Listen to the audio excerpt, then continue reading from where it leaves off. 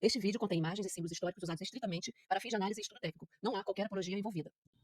Imagine estar sentado em um caça-jato feito parcialmente de madeira, acelerando além de 900 km por hora, enquanto o mundo ao seu redor desmorona.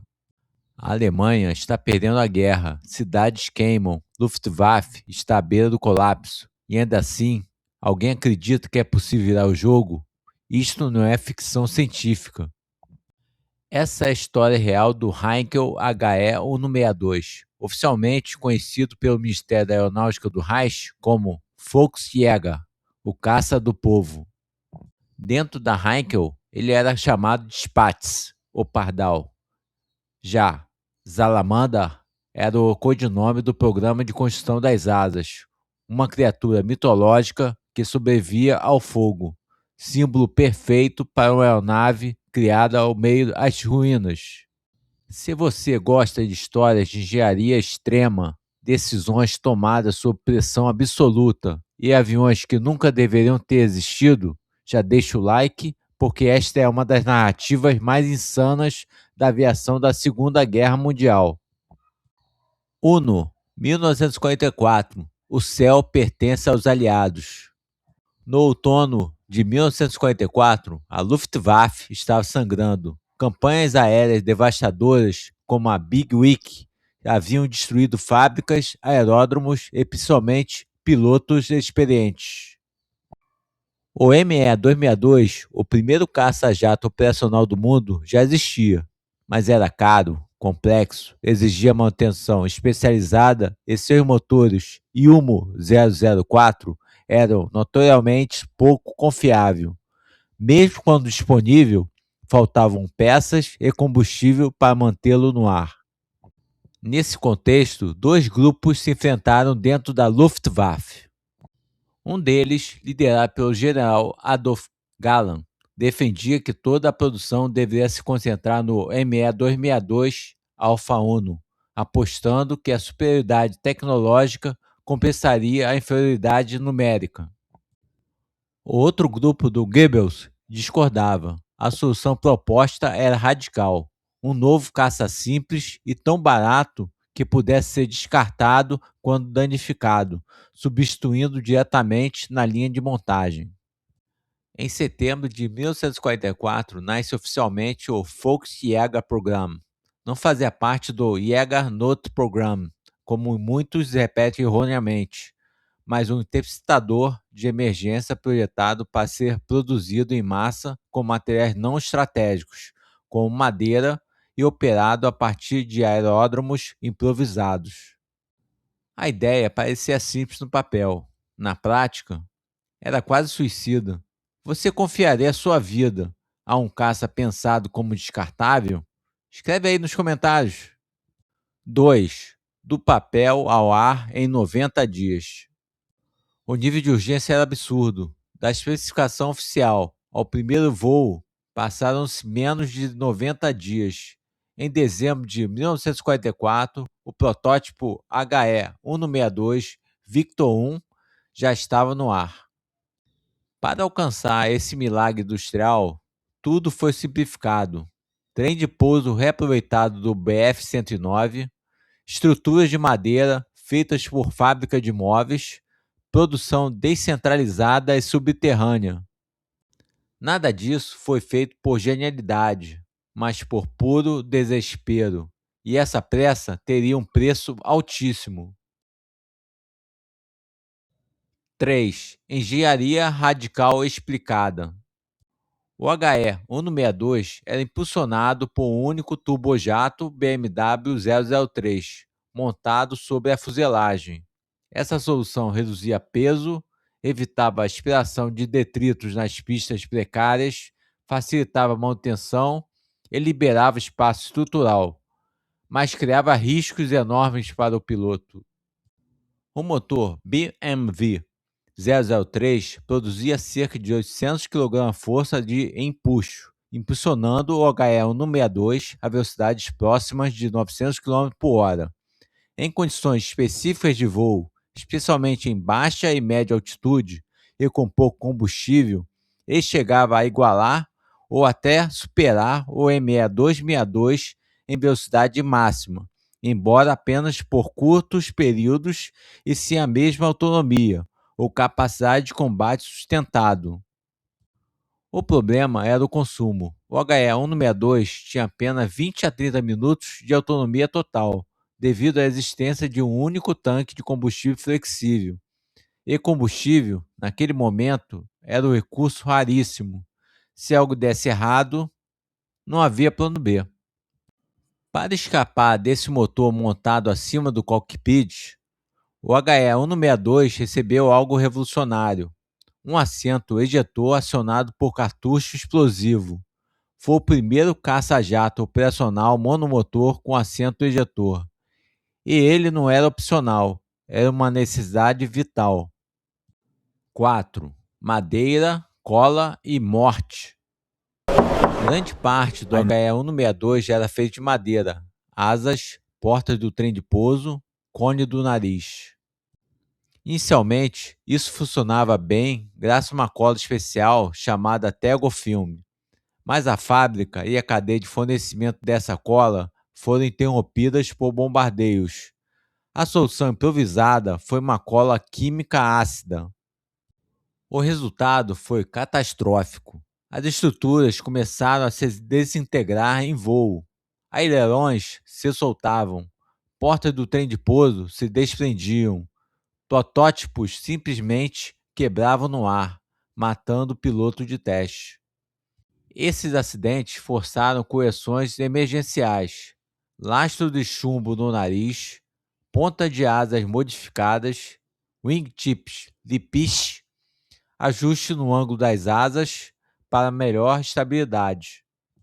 O problema não era o conceito do avião, era a pressa. Se isto está te surpreendendo, compartilha com alguém que curte aviação militar. 5. HE-162 versus ME-262.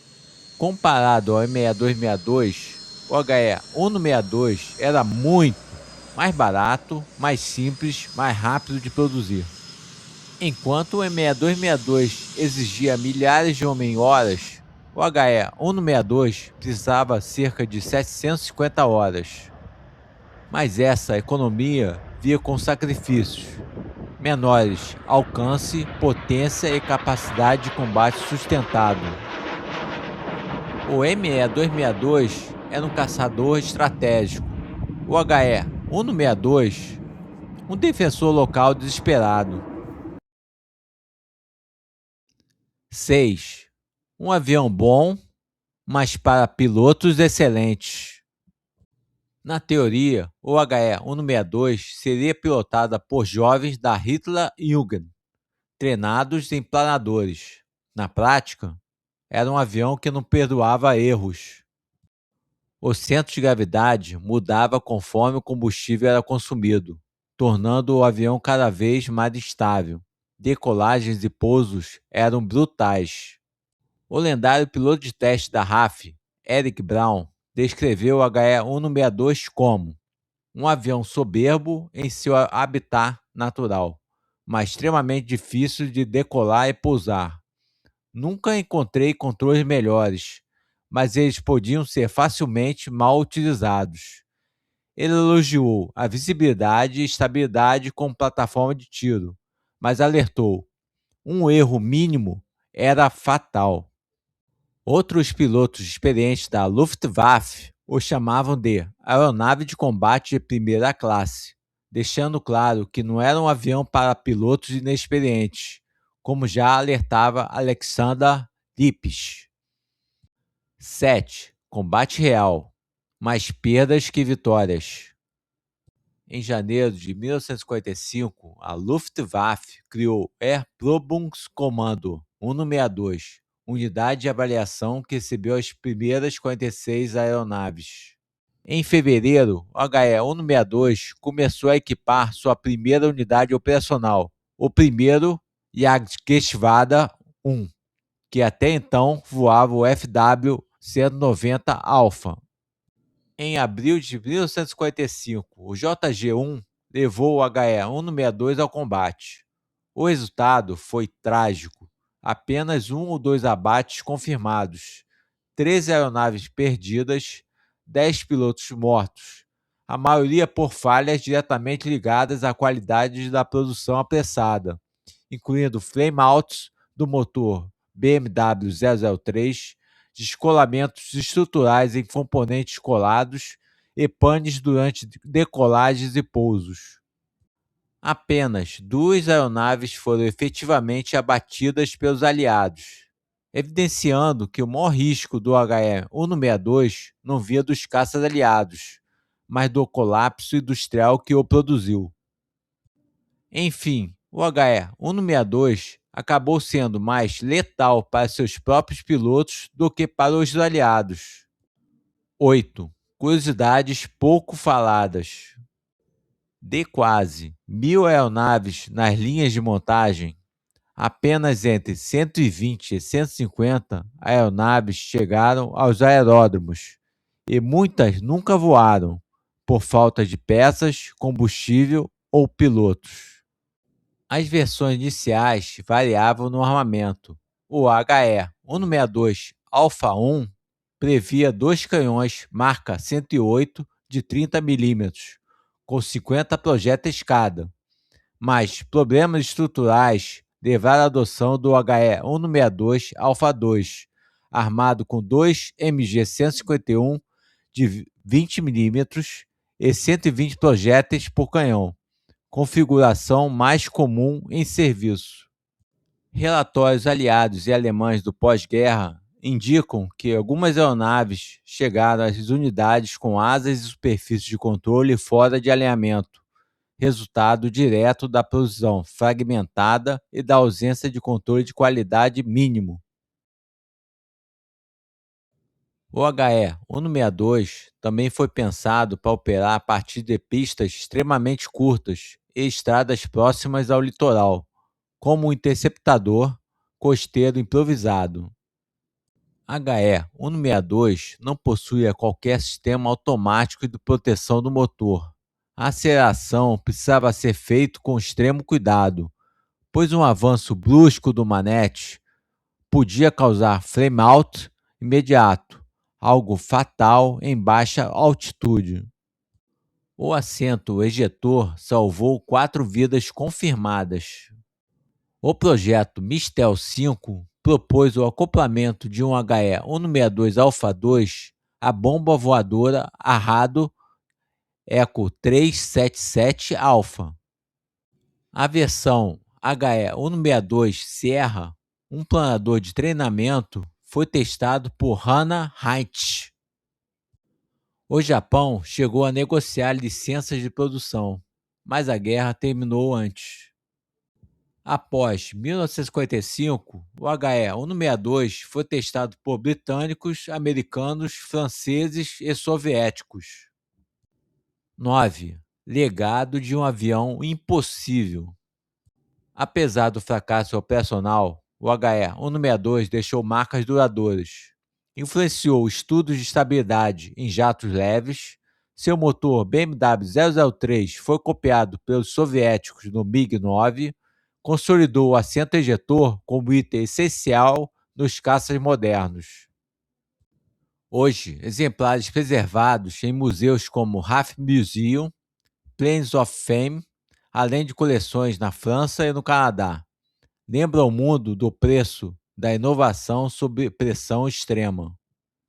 10. Conclusão. O HE-162 não foi um salvador. Foi um avião que se pediu mais do que podia devolver.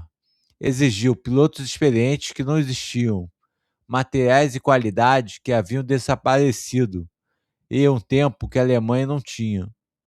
Voou rápido demais, alto demais e cedo demais para um mundo que já havia decidido o resultado da guerra. Não caiu por falha de engenharia, caiu porque nasceu tarde demais. Se você quer ver aqui no canal outro caça experimental da Segunda Guerra Mundial, escreve o nome nos comentários, se inscreva e ative o sininho. A história da aviação ainda guarda muitos segredos e iremos explorar juntos.